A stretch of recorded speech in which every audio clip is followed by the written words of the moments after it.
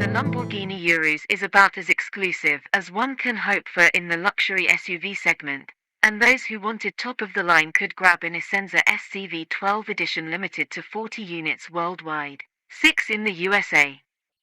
Well, someone did just that and handed the vehicle over to RDBLA for another round of customization.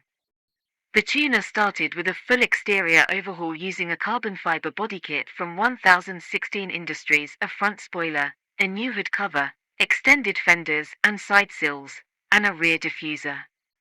In the end, the SUV became 120 mm (4.7 inches) wider. Further upgrades included a Capristo sports exhaust system, a full body protection wrap, and a suspension lowering kit. The stock wheels made room in the arches for Velos Designwerks 24-inch forged ones. In the end, the tuner tweaked the engine and transmission control units, but never specified the details.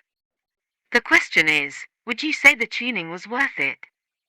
Aren't there times when you should just leave good enough alone?